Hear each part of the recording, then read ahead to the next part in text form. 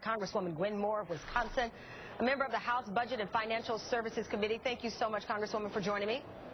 Thanks for having me, Tamara. Absolutely. So our first read team says both sides are laying the groundwork to see who bleeds the most after March 1st. Once the spending cuts take effect, as we know, they will hold the who holds the negotiating upper hand. The bottom line, they're saying that both sides here, they don't know how this is going to play out, but you're banking on the other guy or gal losing the most here.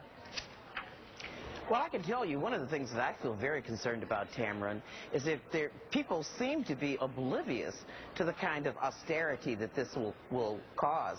I've heard of many commentators, many members of Congress, and folks even on your station, MSNBC, on like the Morning Joe show say, oh, you know, these are only 3% of our total budget. These cuts only amount to that much.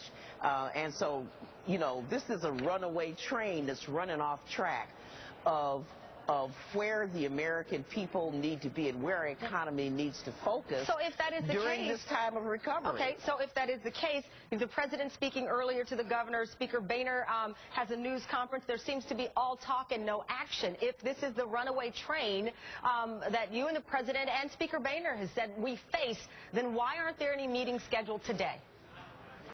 Well, I can tell you, I'm not on the negotiating team, but I can tell you that I think Democrats are poised to carry this thing over the finish line. I don't think we're the problem at all.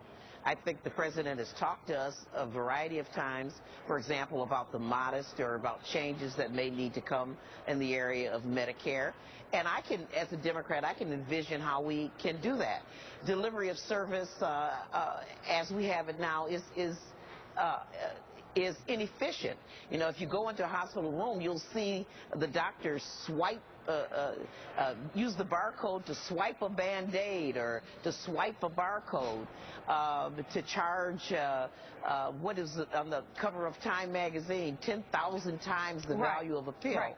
So I do think that there are changes that could be made to this program. So I don't think that Democrats are the reason that we aren't able to bring this to the fore. Right. Well, I think your state alone, for example, and the White House has released information on how states will be affected individually here. Perhaps people will be able to understand when it's right in their backyard. But your state, $8.5 million for education, 120 teachers and aide jobs at risk, 3,000 civilian workers could be furloughed. That's exactly right. But the bottom line is here, those numbers are, as you point out, the White House says are right numbers. But what do you tell the people, those teachers, those civilian workers who may, as a result, be laid off their jobs? Not so much of who's to blame, but what's next here? Well, I can tell you that I stand ready as their representative in the 4th Congressional District to end this.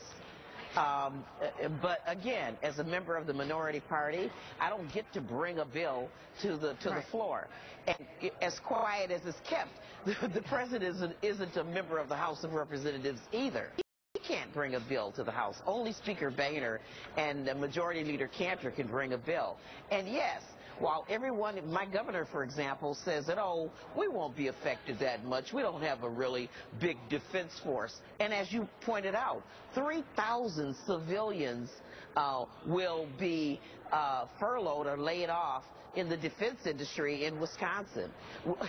$10 million will be lost for disabled children.